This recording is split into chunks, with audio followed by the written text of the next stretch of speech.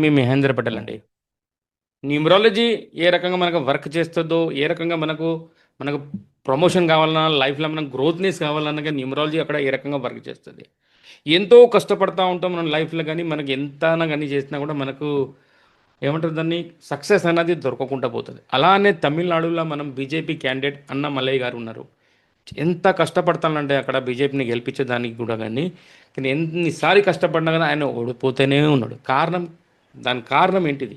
దాని కారణం వల్ల వెనుక ఏమున్నదంటే ఆయన డేట్ ఆఫ్ బర్త్, ఆయన పేరు ఏ రకంగా అసలు మ్యాచ్ కాదు. దానివల్ల ఆయనకి ఎంత సమస్య వస్తాను, ఎందుకంటే ఆయన చాలా డేట్ ఆఫ్ బర్త్ పవర్ఫుల్ ఉన్నది, ఆయన చాలా నాలెడ్జబుల్ వ్యక్తి. కానీ పరిస్థితి ఎలా ఉన్నదంటే మాత్రం ఆయన డేట్ ఆఫ్ బర్త్కి ఆయన పేరుకు అస్సలు మ్యాచ్ అయితే లేదు. దానివల్ల ఆయన వచ్చిన పదవి కూడా కోల్పోతూ ఉన్నాడు, ఓడిపోతూ ఉన్నాడు.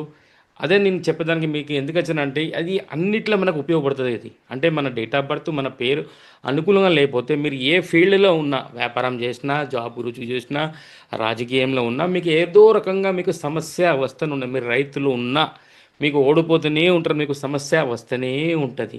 కారణం ఏంటిదంటే ఇప్పుడు పరిస్థితి అన్నయ్య మల్లయ్య గారికి మనం ఇలా డేట్ ఆఫ్ బర్త్ని చూస్తాం.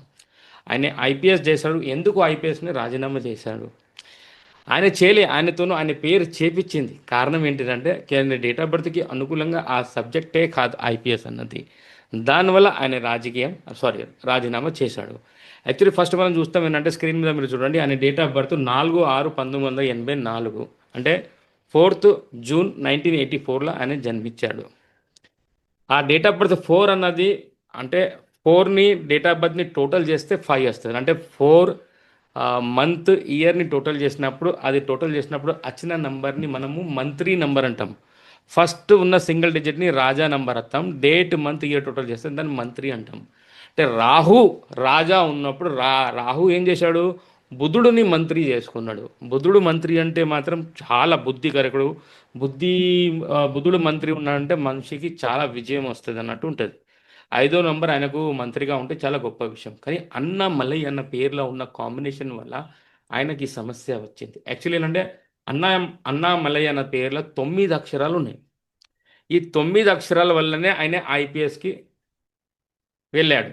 కానీ ఆయన డేట్ ఆఫ్ బర్త్లో 4వ నంబర్ ఉన్న వల్ల ఆయన రాజీనామా చేసి రాజకీయంలో వచ్చాడు. ఎవరైనా ఏమనుకుంటారు, ఐపీఎస్ చేస్తాను కదా అయ్యా, నీకు రాజకీయం ఎందుకు అవసరమా, ఎందుకు ఈ కష్టాలు తెచ్చుకున్నాం, మంచిగా ఐపీఎస్ చేసుకొని మంచిగా బతకచ్చు కదా అనుకుంటాం. కానీ అది రాంగ్. అంటే అసలు ఆయన చేయాల్సిన పరిస్థితి కాదు అక్కడ. కానీ 9 అక్షరాల వల్ల ఆయనకు ఐపీఎస్ దొరికింది. కానీ 4వ number 4 number Rahu date of బర్త్లో ఉన్న వల్ల మళ్ళీ ఆయన రాజీనామా చేసేసాడు. తర్వాత ఆయన రాజకీయంకి వెళ్ళాడు. ఈ 5వ నంబర్ వాళ్ళు వాళ్ళ జీవితంలో రీసెర్చ్ చేస్తూనే ఉంటారు. ఇది చేస్తాం, అది చేస్తాం, అది చేస్తాం అన్నది ఒక్క దగ్గర ఉండలేరు వాళ్ళు. 5వ నంబర్ 4/5 కాంబినేషన్లో. కానీ రాజకీయంలో వచ్చినాక ఆయన ఒక సెక్షన్లో అన్నయ్య మలై టోటల్ చేస్తే మళ్ళీ దానికి 9 అక్షరాలకు టోటల్ 22 నంబర్ అని 30 నంబర్ ఉన్నది. 30 నంబర్ అంటే చాలా సూపర్. 3030. రాజకీయంలో సీఎం కావాల్సిన నంబర్. కానీ పరిస్థితి అన్నయ్య మలై దగ్గర ప్రాబ్లం ఏమొచ్చిందంటే మాత్రం ఆయన టోటల్గా 9 అక్షరాలే ఉన్నాయి. మీకు సీఎం కావాలంటే 12 అక్షరాలన్నా కావాలి, కనీసం 10 అక్షరాలన్నా కావాలి, దానికి టోటల్ 30 నంబర్ అన్నా కావాలి. కానీ ఆయన పేర్ల 9 అక్షరాలు ఉన్న వల్ల దగ్గరకు పోయి మెట్లు ఎక్కేదానికి జారి కింది పడతా ఉన్నాడు ఆయన.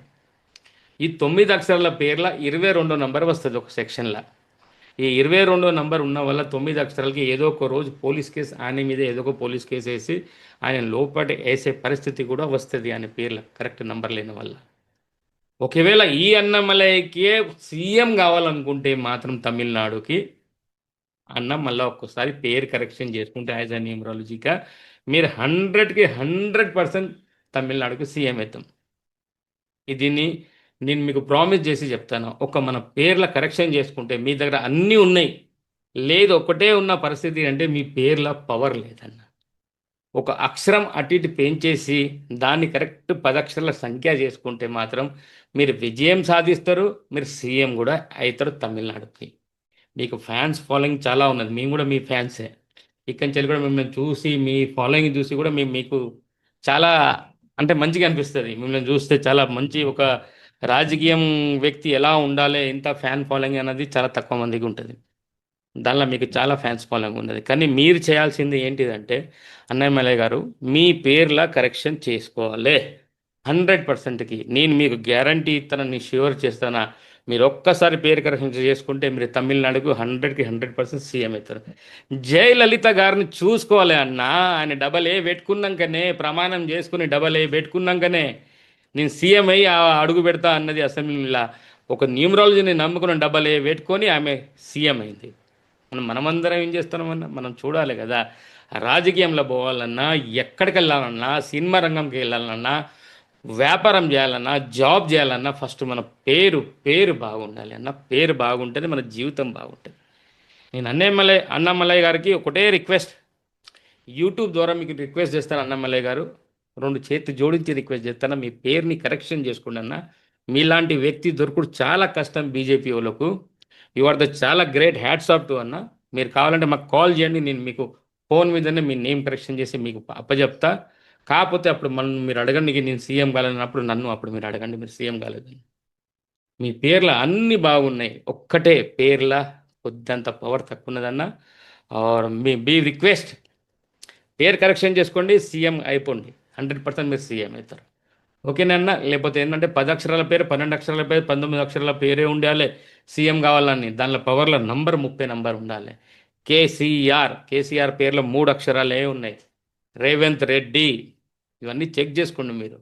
అన్నయ్య మలయ్య గారు పేరు కరెక్షన్ చేసుకోండి, జయలలిత లాగా మీరు కూడా. అప్పుడే మీరు ఆ తమిళనాడుకు సీఎం కాగలుగుతారు. అప్పుడే బీజేపీ అక్కడ విజయం సాధించగలుగుతుంది. ఓకే అండి, థ్యాంక్ యూ వెరీ మచ్. నమస్తే అండి.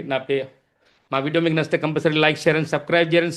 షేర్ చేసి మర్చిపోకండి ప్లీజ్. ఎవరన్నా బీజేపీ వాళ్ళు ఉంటే మాత్రం కంపల్సరీ అన్నయ్య మలయ్య దగ్గర వీడియో పోయే విధంగా మీరు చేయండి. వాళ్ళకు కూడా పాపం బీజేపీ వాళ్ళు అక్కడ మంచిగా గెలవగలుగుతారు. నమస్తే అండి, థ్యాంక్ యూ.